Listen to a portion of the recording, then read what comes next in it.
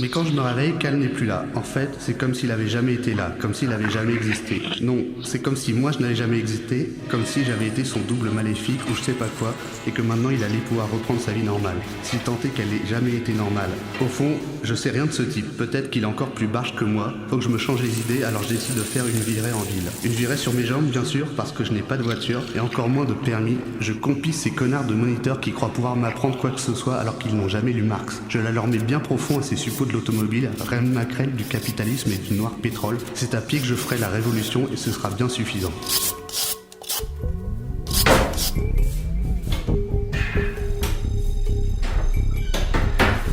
Souvent, les écrivains cachent bien leur jeu. Prenez par exemple Romain Terneau. Il est jeune, plutôt calme, de prime abord charmant et délicat.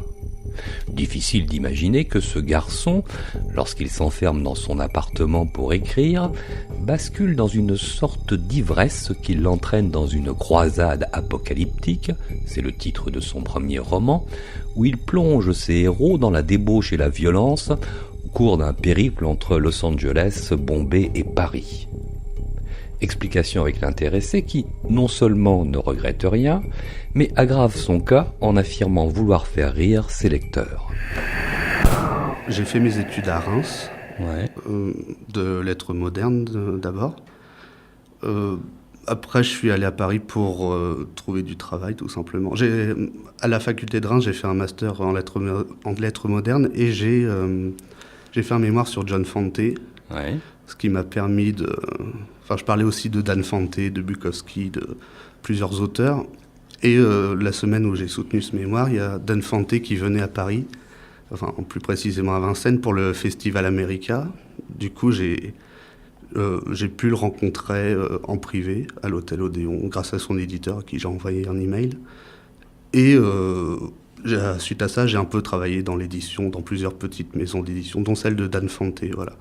Comment ça naît une envie d'écrire ? Comment ça se passe ? Comment un jour on se dit bah tiens, je vais écrire, comment c'est ? À l'époque, donc j'avais 22 ans quand j'ai commencé à écrire ce livre, ce roman. J'avais pas d'ambition d'écrire vraiment à ce moment-là. Je l'ai fait comme ça sur une envie, je pense. En fait, moi je m'étais dit que j'écrirais pas avant d'avoir lu tout ce que je voulais lire avant. Et le problème c'est que si on fait ça, on fait jamais rien. Et à un moment, j'ai commencé à écrire quelque chose que je trouvais drôle et je le faisais tous les jours, en fait. Et à la fin, il y avait un roman. Donc, voilà. Donc, je me suis dit, OK. Après, je me suis dit, autant continuer d'écrire. C'est juste comme ça. C'était pas du tout une ambition au départ. C'est venu comme ça, un peu naturellement, sans trop prendre ça au sérieux. C'était juste pour m'amuser. Parce que c'est ça, c'est comment on arrive à dépasser.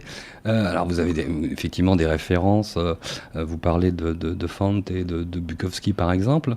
Comment on arrive à un moment à se dire mais comment je vais faire ? Moi, il y a eu tant d'auteurs avant moi, il y a eu tant de gens de... Comment on passe ce cap ? On se dit ah si, j'y vais quand même quoi. C'est vrai que l'idée c'était de... Forcément, j'étais influencé par eux, ça c'est indéniable. Et d'ailleurs, je le revendique puisque à chaque chapitre, il y a une épigraphe d'un de ces auteurs. Mais j'essayais en même temps d'être le plus original possible. Mon idée, c'était de faire quelque chose qui n'aurait jamais été fait avant, d'essayer de le faire, tout en essayant de m'émanciper un peu de ces modèles. Donc, mais je fais aussi beaucoup de clins d'œil. Donc c'est assez difficile. De toute façon, on est obligé. Henry Miller disait que le meilleur auteur possible, ce serait un auteur qui aurait rien lu. Quasiment. Donc, moi, je suis d'accord avec ça. Et bon, moi, il se trouve que j'ai beaucoup lu ces auteurs, en tout cas. Du coup, je me suis retrouvé un peu piégé à cause de ça, mais j'ai essayé de faire quelque chose d'autre quand même. Alors, ces auteurs, vous en parlez, effectivement, vous parlez de ces têtes de chapitres. Alors, il y a des citations de, excusez du peu, Céline, Kerouac, Fante, Bukowski, Baudelaire. Baudelaire, c'est pour l'épilogue. Ouais. C'est juste que la citation correspondait vraiment. Et j'aimais bien l'idée de terminer comme ça sur une citation assez forte. Et l'épilogue est assez ambigu. Enfin, j'ai essayé de le faire assez ambigu.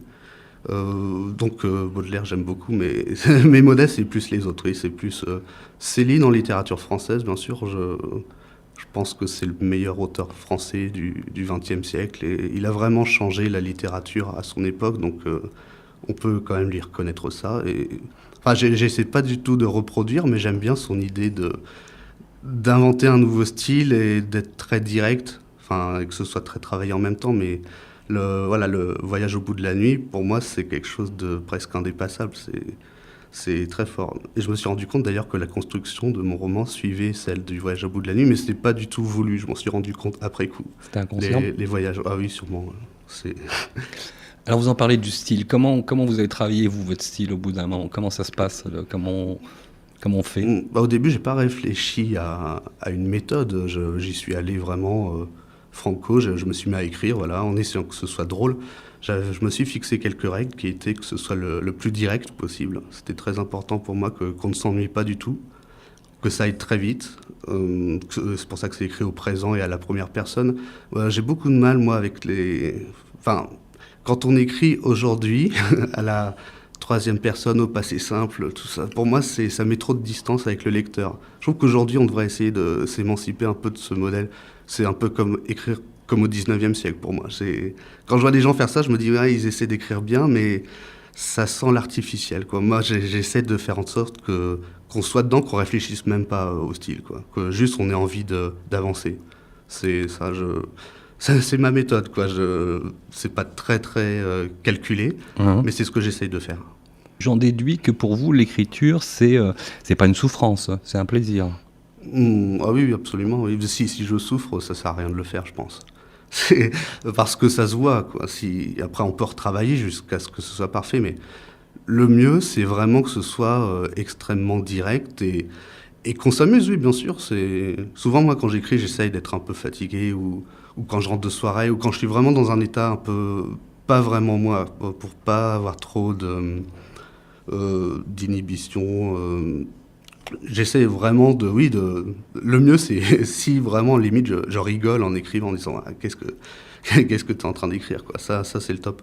Mais voilà, c'est pas toujours le cas. Mais pour moi, c'est le meilleur moyen, quoi. Si je me verrais mal vraiment souffrir sur un texte, voilà, à essayer de faire un truc parfait, parce que de toute façon, on n'est jamais satisfait. Si on veut vraiment faire un truc parfait, on fait jamais rien. C'est surtout ça que j'ai vu, parce que c'était l'idée que j'avais avant. Je m'étais dit, si je dois écrire, j'écrirai un seul roman, et je mettrai 10 ans à l'écrire, et il sera parfait. Mais je pense que si j'étais resté sur ce choix d'écriture, j'aurais jamais rien fait de ma vie, quoi. Je suis quasiment sûr de ça. Votre récit, il était construit dès le début? Il y avait le début, la fin, il y avait tout? Ou ça parce qu'on a parfois l'impression que c'est...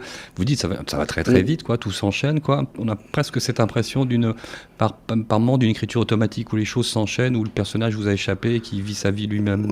Oui, c'est exactement ça. J'avais les grandes lignes, disons. Je savais, au tout début, je savais pas du tout où j'allais.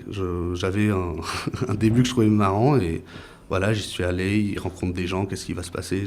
Ça aurait même pu être un livre de science-fiction ou ça aurait pu partir n'importe comment. Et il se trouve que à la fin, c'était très cohérent parce qu'en fait, en avançant, j'ai tracé dans ma tête les grandes lignes. Je savais qu'il allait voyager, je savais que j'allais découper mon texte comme ça et je savais comment ça allait se finir. Et il y a un auteur que je ne suis pas spécialement fan, qui est Jonathan Little, qui a écrit Les Bienveillantes. Il a eu une phrase que je trouve très juste, moi, sur l'écriture. Il dit que quand on écrit pour s'enfoncer dans le noir. Et on s'enfonce dans le noir non pas pour trouver la lumière, mais pour s'enfoncer toujours plus dans le noir. Et moi, j'ai un peu cette conception-là quand j'écris. Je ne sais pas vraiment où je vais, vaguement, j'ai quelques repères. Mais de toute façon, quand on écrit, on a des milliers d'idées qui viennent tout le temps. Donc c'est impossible de tout calculer vraiment une œuvre totale. Avec tous les détails, c'est impossible. Il y aura de l'improvisation. Et le fait qu'il y ait de l'improvisation, ça sert justement à ce que l'auteur ne s'ennuie pas lui-même. Et dans cette mesure, moi j'estime que le lecteur s'ennuiera pas, vu que ça se sent, quoi. Si on souffle sur un texte, je pense que ce sera désagréable à lire. Moi j'essaye de faire l'inverse de ça.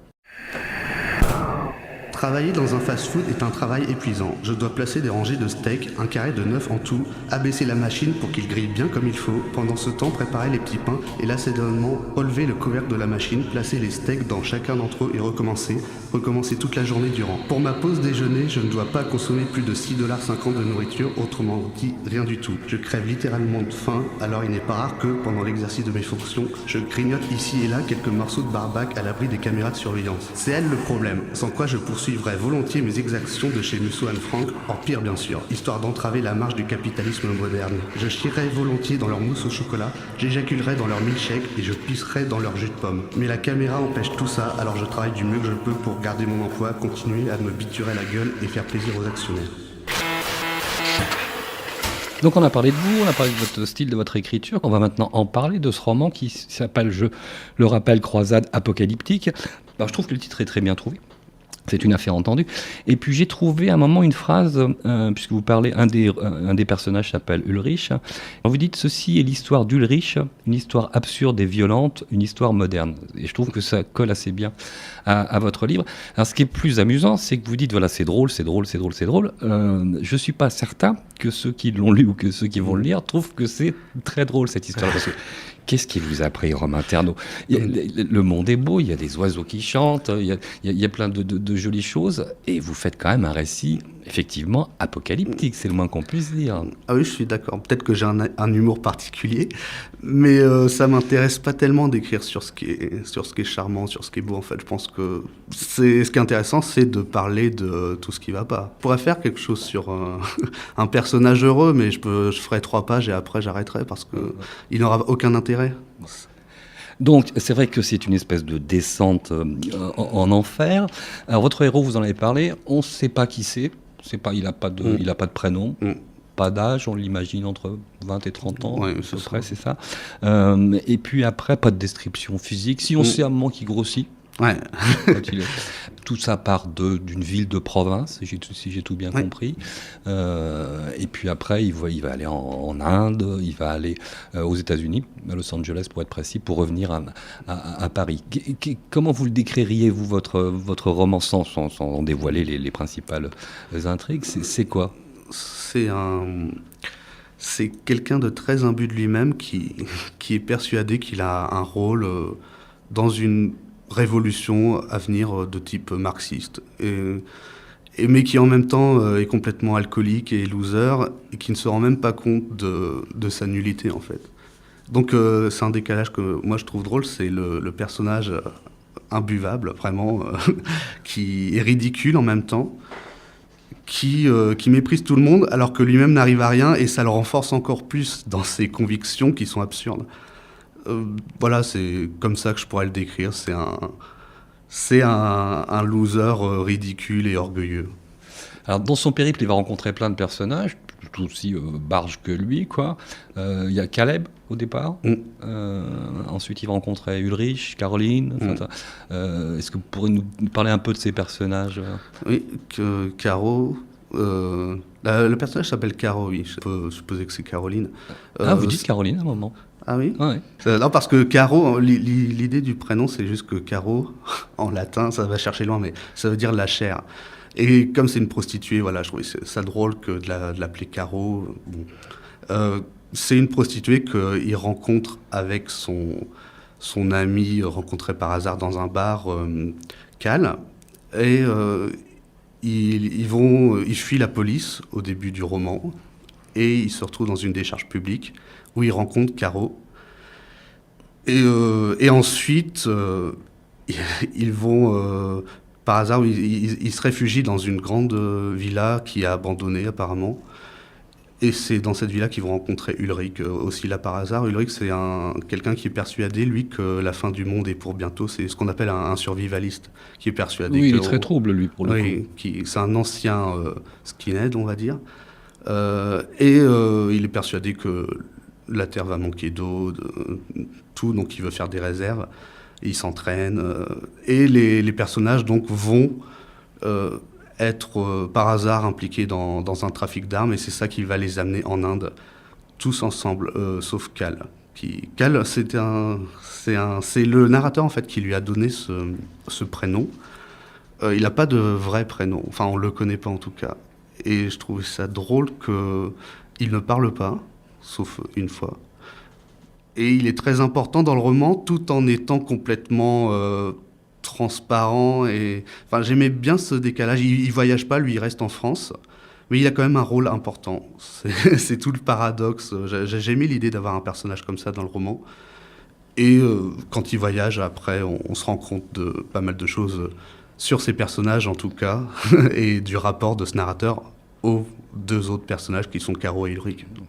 Il va quand même falloir que vous m'expliquiez une chose, c'est parce que vos personnages, ils vomissent beaucoup, il y a beaucoup de choses autour de ça, enfin, bon, il y a de la violence, il y a énormément de violence dans le roman, mais qu'est-ce que c'est que cette histoire-là? Pourquoi tout le monde vomit? Enfin, il y a beaucoup de choses avec la merde aussi, enfin, il y a tout un tas de trucs et tout. Là, il va falloir vous expliquer, vous pouvez pas rester...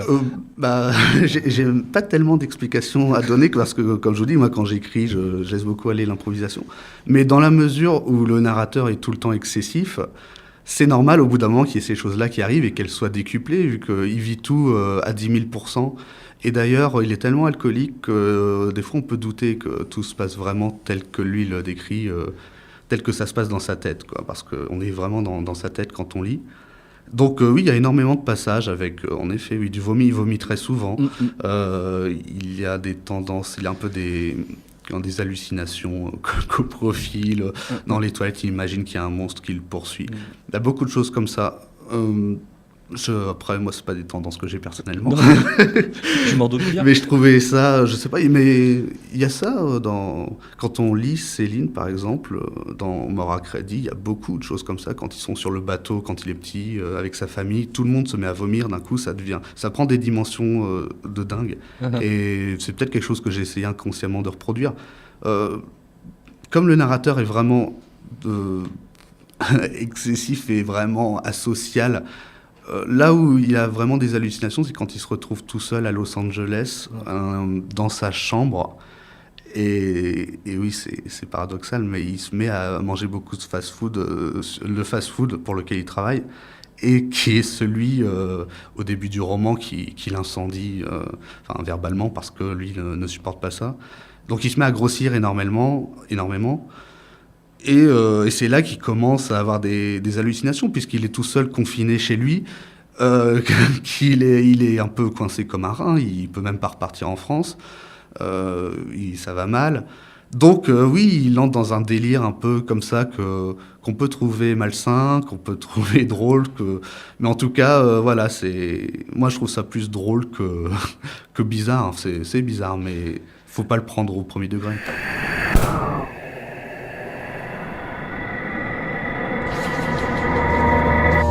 Puis je décide d'y aller à l'instinct, sans trop d'idées en tête. Le mouvement du marqueur trace les lignes d'une œuvre magistrale à venir. Je veux faire dans ce couloir de métro le Guernica du XXIe siècle. Des images apparaissent, des hamburgers, des usines, des voitures, des billets de banque, la statue de la liberté en rectus effrayant, des chars d'assaut aux couleurs de la France, des armes, des seringues, des bouteilles, des télévisions, des postes de radio, des ordinateurs, et je les lis tous ensemble en leur dessinant des fils de fer barbelés qui les connectent inextricablement, ainsi qu'à des livres sacrés et des idoles des religions panthéistes. Quand j'ai fini, si tant est qu'on puisse finir une telle œuvre, je suis en sueur et je sens tous les yeux tournés vers moi. Les gens laissent passer les métros et préfèrent s'accumuler en foule pour contempler ce chef-d'œuvre. Merci.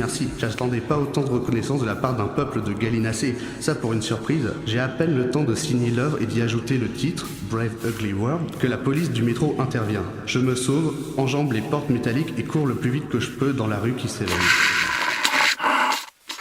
Un mot d'éditeur, c'est pas un éditeur très connu? Non, pour l'instant, non. Je suis le 4e auteur qui publie. Ouais. C'est un éditeur qui a peut-être 2 ans maintenant. Ils ont la particularité d'associer un artiste à chaque texte. Ouais. Donc pour moi, c'était un photographe qui s'appelle Bénigne, qui fait des photos assez dérangeantes que moi j'aime beaucoup. Vous pouvez aller sur son site qui s'appelle Bénigne, benigne.book.fr si vous voulez vous faire une idée. C'est celui qui a fait la couverture. Et à chaque chapitre, il y a une photo de Bénigne. Donc cet éditeur, voilà, c'est sa démarche en fait. Elle fait beaucoup de... Enfin, les romans qu'elle a publiés, pour l'essentiel, c'est des premiers romans d'auteurs inconnus, français. Donc moi, je trouve que c'est assez notable parce que ça se fait... Enfin, il y a peu d'éditeurs qui prennent le risque. De moins en moins, j'ai l'impression de publier des premiers romans d'inconnus, de parfaits inconnus. Donc voilà. Qu'est-ce que je pourrais dire sur... Peut-être, vous, ça c'est votre premier roman. Vous me parliez d'autres textes que vous avez écrits ou d'autres textes en cours, hein. Comment c'est J'en ai écrit beaucoup d'autres, donc voilà. Mais là, je fais surtout la promotion du premier. Ouais. J'ai beaucoup écrit... quand j'étais à Paris, pendant 2 ans, j'ai travaillé dans des petites maisons d'édition, mais pour l'essentiel, j'écrivais. Donc là, j'en ai fait une dizaine déjà. Donc je vais essayer. Je sais pas si tous seront publiés, mais je vais essayer. Vous êtes très productif. Ça m'intéresse maintenant. Donc, enfin, j'essaie à chaque fois que quand j'ai une idée, j'essaie de la faire, quoi, de la concrétiser en roman. Quand on prend l'habitude de faire quelque chose tous les jours, après ça devient dur. J'écris vraiment tous les jours. Et j'aurais du mal à laisser une journée sans écrire, quoi. Je me sentirais mal le soir, je pense. Maintenant, c'est devenu addictif comme ça. Voilà, donc l'éditeur s'appelle Dub Édition, DUB Édition. Vous pouvez trouver le livre en librairie. Il est dans plusieurs librairies. À Reims, je sais que normalement il est à la librairie qui s'appelle Le Cœur à l'Ouvrage, qui est rue Chanzy, près du collège université. Normalement, il doit être aussi chez Guerlain. Et j'ai vu qu'il y en avait quelques-uns à la FNAC aussi, sur une table. D'accord, bon, on va rappeler son titre. Croisade apocalyptique. Et vous êtes Romain Ternaux. Oui, Ternaux. Écoutez, je vous remercie beaucoup. Merci à vous.